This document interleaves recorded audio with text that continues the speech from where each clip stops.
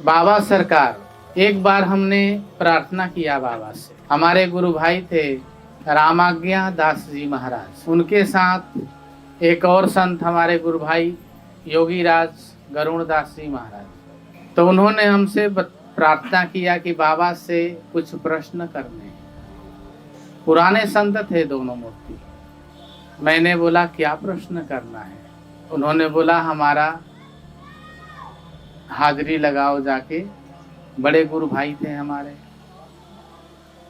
मैंने बाबा को प्रार्थना किया, गुरुदेव ऐसे ऐसे कुछ प्रार्थना करना चाहते हैं महाराज जी से। बाबा बाहर निकले झोपड़ी से। बाबा बोले, बच्चा बताओ तुम क्या प्रार्थना करना चाहते हो? तो उन्होंने हमसे बताया, हम जैसे दुभाषिया होता है ना, इसकी सुन करके उसको ट्रांसलेट करके बताता है, और दुभाषिया और जो दूसरे से एक दूसरे को बात करके समझाते हैं, क्या बोलते हैं भाई?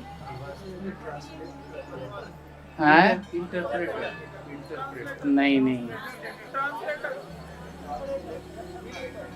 मेडिएटर को हिंदी में क्या बोलते हैं? नहीं,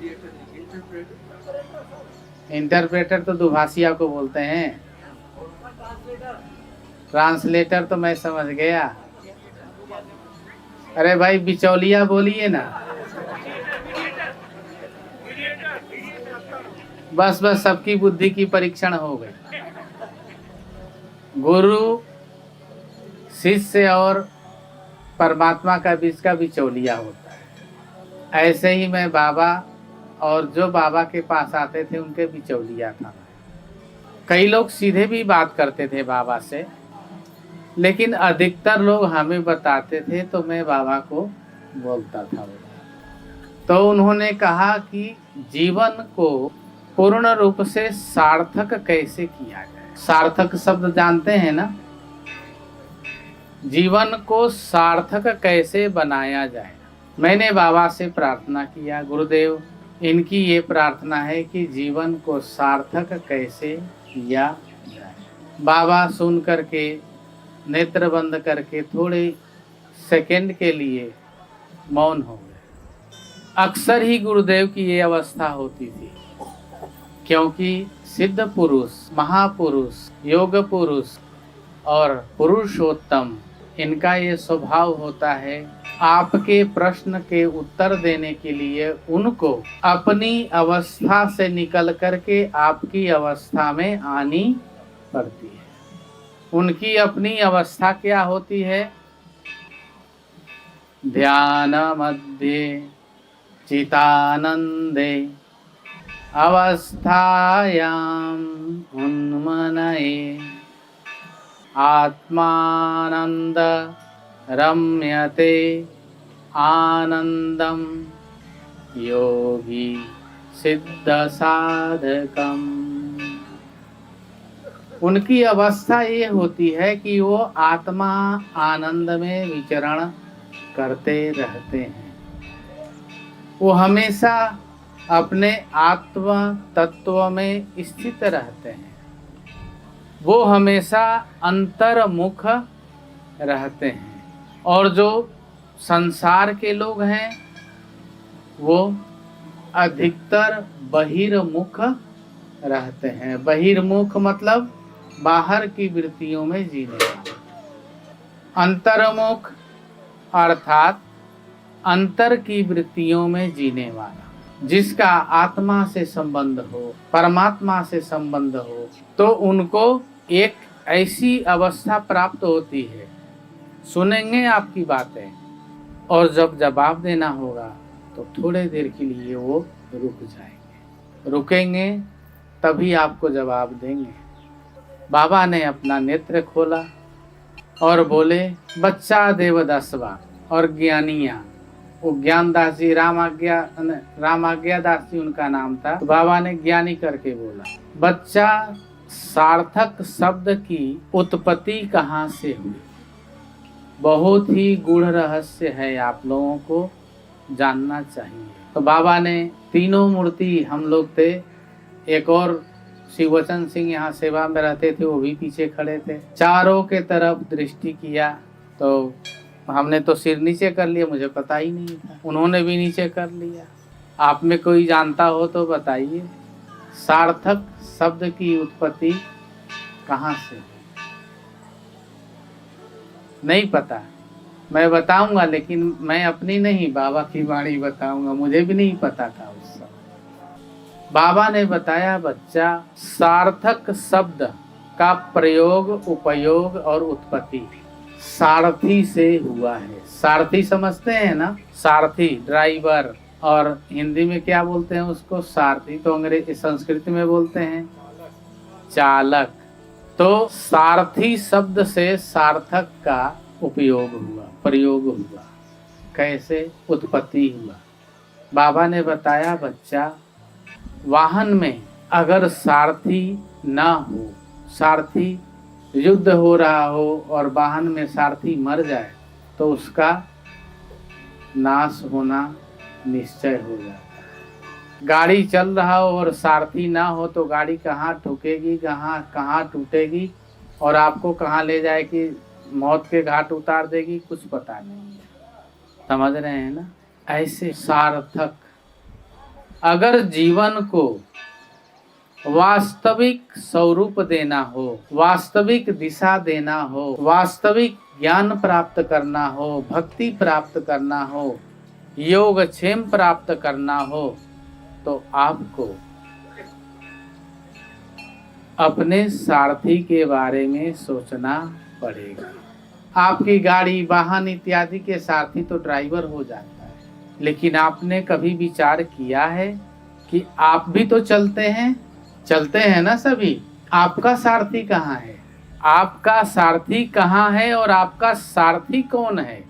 कभी निर्णय, कभी विचार किया आपने? नहीं किया ना? कुछ लोग किए हैं, मुझे नहीं लग रहा है एक ने भी किया होगा।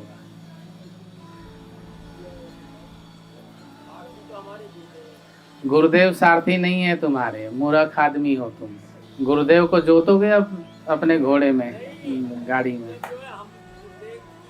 अरे नहीं भाई, व्यर्थ की बातें नहीं करनी चाहिए। नहीं, गलत बोल रहे हैं। मन भी आपका सारथी नहीं है, बुद्धि भी नहीं है। शरीर तो बेटा शरीर तो तुम्हारा रथ है। अब सारथी अर्थात देखो, भगवान सूर्य का रथ चलता है। भगवान सूर्य के रथ में सूर्य भगवान बैठते हैं। उनके रथ को कौन चलाता है? क्या नाम है उनका?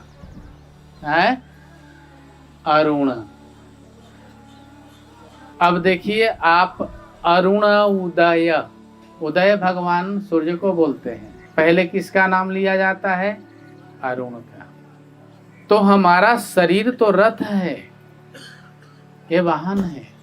इसमें रहने वाला जीव, मन, बुद्धि, चित्त, अहंकार, कई संतों ने कहा है, कबीर साहब ने भी बोला है, मनवा रे मनवा सोने नाही थोड़ा, भागे जैसे बनवा घोड़ा, मनवा सुनत नाही थोड़ा। घोड़ा की वहां बोला ना उन्होंने, भागत जैसे बनवा घोड़ा, वन में खुला हुआ घोड़ा भाग रहा है। फिर बुद्धि के लिए भी बोला, ऐसे ही बुद्धि थोड़ा स्लो भागता है। समझ रहे हैं ना? वो भागता है, मन भागता है तो गड्ढा वड्ढा नहीं देखता, गिर जाएगा, परेशान कर देगा आपको। बुद्धि देखेगा गड्ढा है, ऊंचा है, नीचा है। चित्त जो है उस पे बहुत विचार, गहन विचार करता है। और अहंकार हाथ लग गया तो सब कुछ नाश कर देगा, और साथ लग गया तो आपको महान भी बना देता है, कृपा हो गई तो। लेकिन अहंकार साथ लगने का मतलब गुरु जी, मंत्र, ज्ञान। तो इस प्रकार से मन को भी घोड़ा बोला, लेकिन किस स्तर पे बोला उन्होंने? मन चंचल है इसलिए। अगर तुम ज्ञान के मार्ग में जाते हो, बाबा ने बताया कि बच्चा घोड़ा है, वो सारथी नहीं है, अर्थात सारथी कोई और है। सारथी का काम क्या होता है भाई? गाड़ी को चलाना। अगर सारथी हट जाए तो गाड़ी कैसे चलेगी? नहीं चलेगी, एक्सीडेंट कर देगी।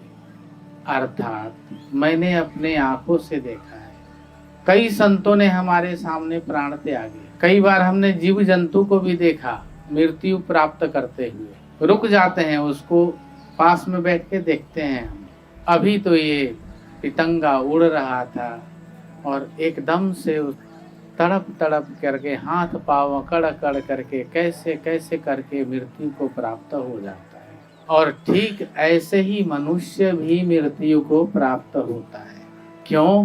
क्योंकि उसका सारथी उसको छोड़ करके निकलने की भाग जाता है, और भागने की चेष्टा करता है, इसीलिए वो तड़पता है। जब भाग जाता है तो जय जय श्री राम। तो सारथी कौन हुआ? आत्मा।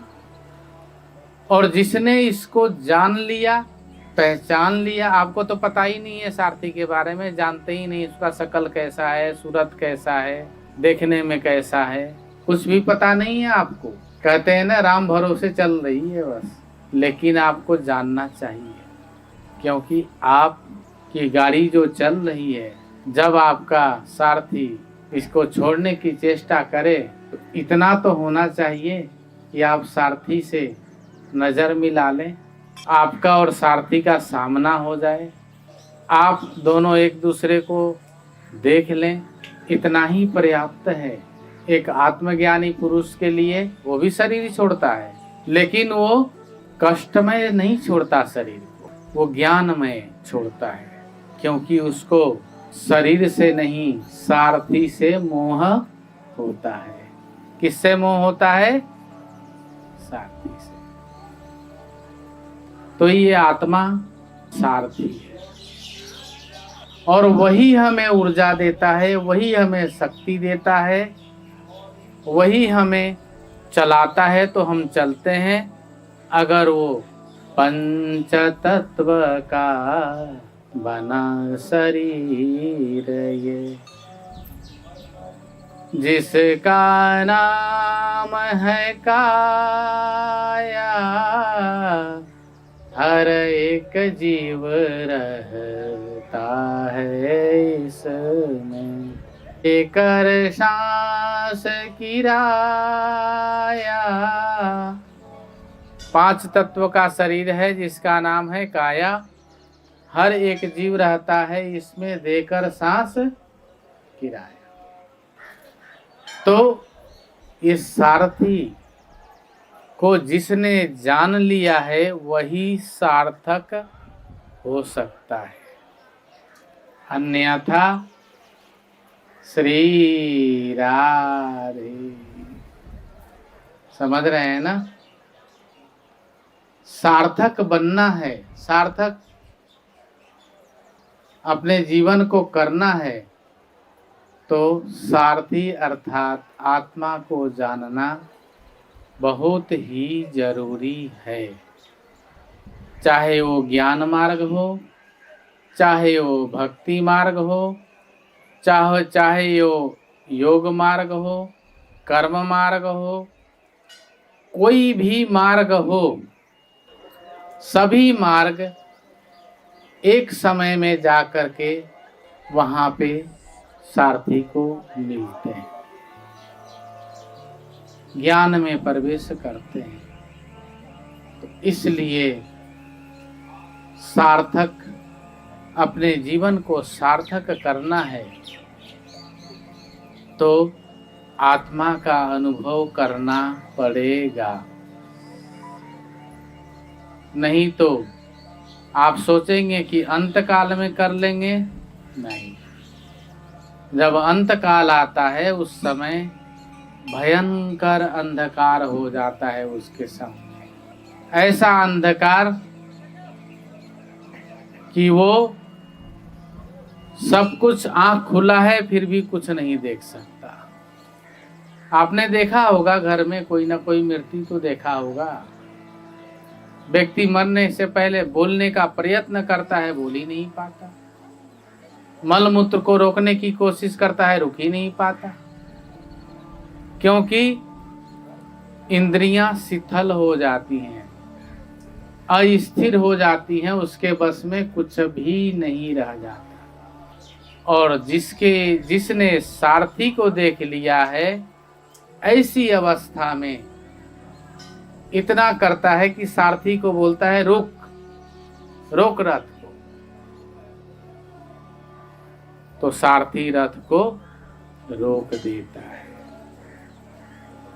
और जब रुक जाता है तो उसे समय मिल जाता है अपने आप को देखने का, समझने का, विचार करने का, और विचार करके, देख के, समझ करके इस शरीर से जब जाता है वो, तो वही आत्मा चैतन्यता को प्राप्त करता है। वही सिद्ध होते हैं, वही भक्त होते हैं, वही ज्ञानी होते हैं। इस प्रकार से अगर जीवन सार्थक करना है तो आत्मा के तरफ नजर डालिए। भक्ति, प्रेम, ज्ञान, वैराग्य, योग, कर्म, क्षेम, किसी एक को पकड़ लीजिए। एक साधे सब सधे, सब साधे सब जाए। एक को पकड़ करके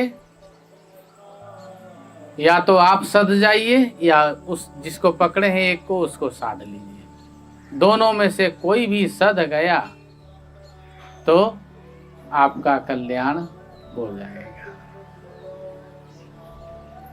बाबा की ये वाणी आज बाबा की पुण्यतिथि पे मैं दे रहा हूँ, विचार जरूर करिएगा। खूब गुरु मंत्र का जाप करिए, बाबा का स्मरण करते रहिए। बाबा की असीम कृपा आशीर्वाद है आप सभी को। बाबा हमेशा आपके साथ हैं और आप हमेशा उनके साथ हैं। गुरुदेव की असीम कृपा आशीर्वाद।